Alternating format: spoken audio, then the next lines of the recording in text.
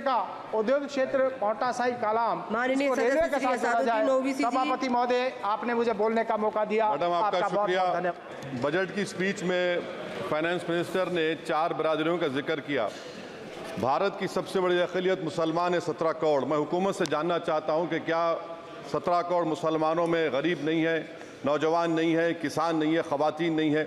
वतन अजीज़ में सबसे गरीब मुसलमान है, सबसे ज़्यादा नाखवानगी मुस्लिम ख़वातीन में। AIDS और PLFS का डेटा ये बताता है कि मुसलमानों में सबसे कम असासे हैं और कंजम्पशन लेवल दूसरे मजहबी ग्रुपों के बनिस्बत सबसे कम है। तालीमी इदारों में मैडम 15 और 24 साल की उम्र में भर्ती एनरोलमेंट में मुसलमानों की सिर्फ 29%, शेड्यूल कास्ट की 44%, हिंदू OBC के 51% और हिंदू अपर कास्ट की 59% है। हायर एजुकेशन मुसलमानों का एनरोलमेंट सिर्फ 5% है। PLFS का 2018-19 का डेटा वेज एम्प्लॉयज़ बताता है कि मुसलमान 22% थे, 2022-23 में 15% हो चुका है। सेल्फ एम्प्लॉयमेंट में मुसलमान, हिंदू, सिख ईसाई ज़्यादा 58.4% है। रेगुलर वेज एम्प्लॉयमेंट में सबसे कम मुसलमान है 15% और कैजुअल लेबर में सबसे ज़्यादा मुसलमान 26% है। तो मुसलमानों का शेयर रेगुलर एम्प्लॉयमेंट में लॉस हो रहा है एम्प्लॉयमेंट का।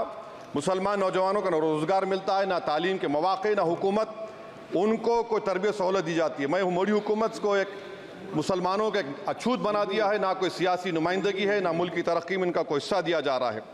मैं मैडम माइनॉरिटी वेलफेयर मिनिस्ट्री में 2023-24 में 38% की बजट में कमी कर दी गई, 5,000 से 3,000 करोड़ कर दिया गया। इस साल के बजट में सिर्फ चंद 100 करोड़ का इजाफा किया गया, मगर 23-24 के बजट के लेवल पर पैसे मुख्तसर नहीं किए गए। ये मोदी हुकूमत की बदनीयती और झूठा कमिटमेंट है, झूठा कमिटमेंट अक़लियतों के ताल्लुक से। तालीम के उस अक़लियती स्कॉलरशिप मैडम अक़लियतों के गरीब तलबा और तालिबात को दी रकम में कमी कर दी गई। 2019 में मोदी ने कहा था कि 1 करोड़ स्कॉलरशिप दिए जाएंगे, अब सिर्फ 58 लाख दिए जा रहे हैं। 47% अक़लियती एप्लीकेंट्स को हर साल स्कॉलरशिप से महरूम कर दिया जा रहा है। 10 साल से मैं कह रहा हूँ कि डिमांड ड्रिवन करो। डिमांड ड्रिवन के लिए सिर्फ 3,000 करोड़ की ज़रूरत है, मगर ये हुकूमत सच्चाई को और ईमानदारी से काम नहीं कर रही है। 2007 और 8 से माइनॉरिटी स्कॉलरशिप का नंबर इजाफा नहीं हुआ है। Pre matric scholarship madam Kundu committee ने कहा कि मुसलमानों में drop out rate primary level पर होता है, तो हुकूमत ने 9th क्लास से प्री मैट्रिक स्कॉलरशिप पैसे दे रही है। NDMC की इक्विटी मैडम 800 करोड़ एक मजाक है। PMGAV के में 910 करोड़ दिए गए। सारी दुनिया जानती है कि जहां मुसलमान बसता है गांव में, शहर में, वो अंडर डेवलप एरिया है, और आप मजाक करें ऊँट के मुंह में जीरा देकर। हज में 97 करोड़। हज कमेटी एक रिश्वत का मरकज बन चुका है। प्राइवेट टूर ऑपरेटर्स के एक लाइसेंस के लिए पैसे देना पड़ता है, बिल्डिंग सिलेक्शन के लिए पैसे देना पड़ता है, मीना मुजदलफा में कंपनी के सिलेक्शन के लिए पैसे देना पड़ता है। मैं हुकूमत से मुतालबा करता हूं कि ख़त्म किया जाए और CBI से इंक्वायरी करवाई जाए। मोदी हुकूमत को अक़लियतों, बिल्कुल मुसलमानों से नफरत को ख़त्म करना पड़ेगा। मुसलमानों को उनका दस्तूरी हक मिलना चाहिए। आप कैसे विकसित भारत बनाएंगे अगर 17 करोड़ मुसलमान नफरत करेंगे? मैडम, पूरी स्पीच में फाइनेंस मिनिस्टर के बच्चों का जिक्र नहीं है। आज हमारे देश में 66 लाख बच्चे रोज भूखे सोते हैं। 46 मिलियन बच्चे स्टंटेड हैं मेल न्यूट्रिशन की वजह से।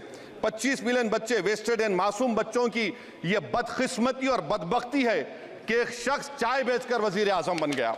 LTC long term capital gain tax madam was decreased from 20 to 12.5%. However, the indexation benefit has been removed and won't apply to any property purchased after 2001. This will be detrimental to the growth of real estate, limit household capital formation and impact employment generation in construction sector. This change in LTCG is a quasi-wealth tax on household, particularly the middle class. Internship program madam, 5 साल में आप 1 करोड़ लोगों को intern कराएंगे, यानी एक company को 4,000 लोगों को ट्रेन करना पड़ेगा। मुझे बताइए क्या ये बड़ी कंपनी का माने क्या है? It is unachievable. Will it be based on market cap, revenue, employ size? Maybe prime minister Modi is saying to Agniveer to do internship after 4 years of service in armed forces. Madam, 21 billion people have given up all hope and stopped looking for jobs. This brings down to 9% eligible population that is either employed or they're looking for jobs. Maybe finance minister can introduce a Berozgar tax and tax unemployed as well. No significant increase for social welfare, healthcare. It looks like Prime Minister Modi is saying, देश की middle class की संपत्ति पर पहला हक हमारे alliance का है. In real terms, when adjusted to inflation, the allocation of health AB PMJ has declined. Modi is saying he said heal in India during G20. The reality is India is hurting. Madam, this government wants to increase FDI from China. Is the Prime Minister not concerned that our armed forces cannot patrol 26 patrolling points out of 65 in Ladakh? Maybe the Prime Minister wants the Chinese monopoly Indian markets. Import from China have crossed 101 billion in 2024. Prime Minister Modi says Khelo India, but in reality the budget has shown that Modi government policy is Jhelo India. Gharib, middle class, farming, city dwellers, men and women, sab Modi ko jhel rahe hain.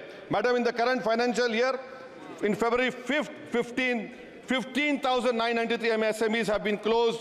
Total MSCs closed have 35,680. Andhra Pradesh bifurcation.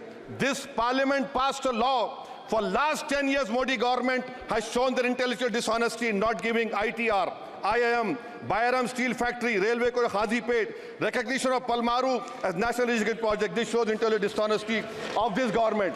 Madam, I end my speech by quoting a famous poet, and I'm amending certain verses. 133 crore इंसानों, जिंदगी से बेगानों, सिर्फ हुक्मरानों ने हक तुम्हारा छीना है। खाक ऐसे जीने पर ये भी कोई जीना है। बेशऊर भी तुमको बेशऊर कहते हैं। सोचता हो ये नादान कैसे हवा में रहते हैं। 133 करोड़ इंसानों, कब तक ये खामोशी? चलते फिरते जिंदानों, गरीब खवातीन, नौजवानों, किसानों से रोने की सदाएं आती हैं। जब शबाब पर आकर खेत लहलाता है, किसके नयन रोते हैं, कौन मुस्कुराता है? काश तुम भी समझो, काश तुम भी जानो किस कदर भयानक है जुल्म का ये ढब। देखो रख से आतिश व आहन देखते ही जाओगे, होश में ना आओगे। और अनएम्प्लॉयमेंट पर अभी बोला गया नौकरियां दे रहे हैं, तो शायर ने इनके बारे में अच्छा कहा कि फूल शाखों पर खिलने लगे तुम कहो, जाम जिंदों को मिलने लगे तुम कहो, चाक सीनों के सिलने लगे तुम कहो। इस खुली झूठ को, जहन की लूट को मैं नहीं मानता, मैं नहीं जानता। शुक्रिया मैडम। माननीय सदस्य